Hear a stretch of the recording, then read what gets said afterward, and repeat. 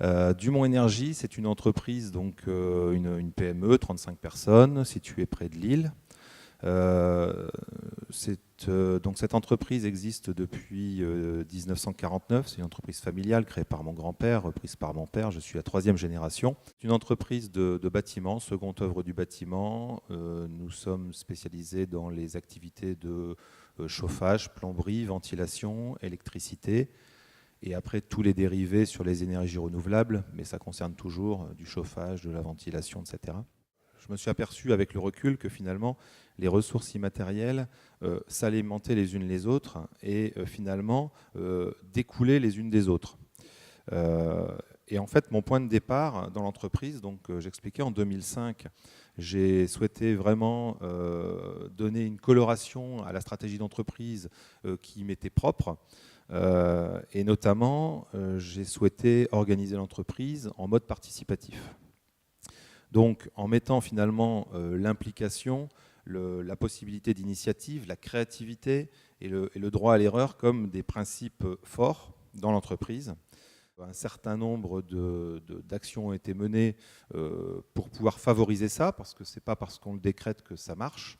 Donc il faut créer des espaces dans lesquels les gens vont pouvoir s'exprimer. Ça fait 13 ans que régulièrement, j'essaie de faire monter en connaissance l'ensemble de l'entreprise sur l'intégralité de ce que vit une entreprise et de ce qu'est une entreprise dans son environnement.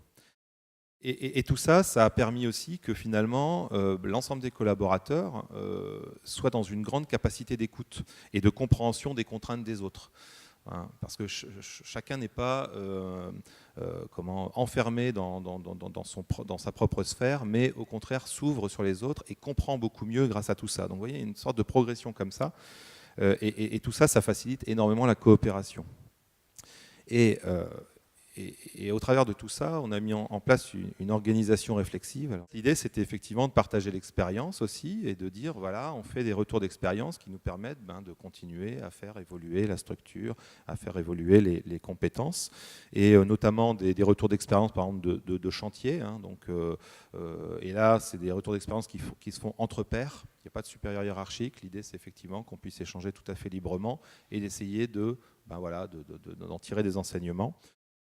Et puis des groupes de progrès qui existent aussi depuis 2005, où chacun sur une thématique qui pose un problème dans l'entreprise ou qu'on a envie d'aborder, ou éventuellement des nouvelles offres, et chacun peut venir et on fait des groupes de réflexion et on réfléchit ensemble, chacun avec son point de vue finalement, dans sa compétence métier, etc. différente, et puis pour permettre effectivement d'améliorer les choses ou de mettre en place des nouveaux projets.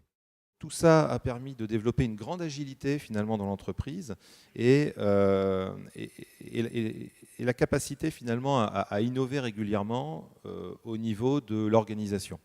Donc on a une grande capacité de résilience et on a passé aussi des crises et je pense qu'on a réussi à les passer parce qu'il y avait cette implication et cette capacité à se remettre en question, à réfléchir autrement.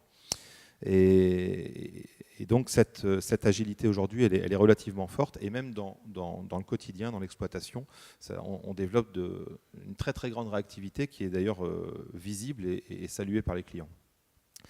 Et puis au final, tout ça nous amène à avoir développé une grande capacité à coopérer, que ce soit en interne ou en externe.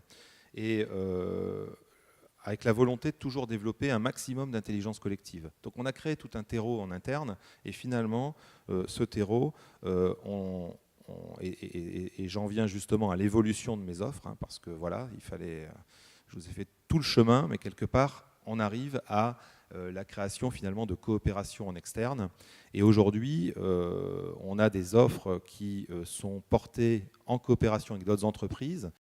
On porte une offre de rénovation énergétique globale, en prenant en compte évidemment les besoins du client, mais vraiment de manière assez fine. Et puis on accompagne dans le temps avec la perspective de faire un contrat de performance énergétique. Mais ça se fait par étapes parce que c'est quand même assez lourd. Donc 2021 normalement, j'espère revenir ici pour dire qu'on aura mis en place ce contrat de performance énergétique.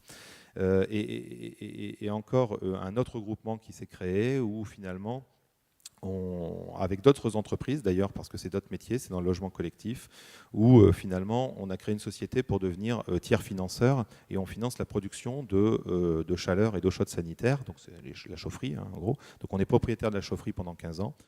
On crée finalement une intelligence collective qui permet de développer la performance énergétique, de développer la performance d'usage et d'être plus compétitif. Parce que là, on arrive vraiment, effectivement, grâce à cette coopération, à diminuer les coûts pour le client en préservant les marges de nos entreprises.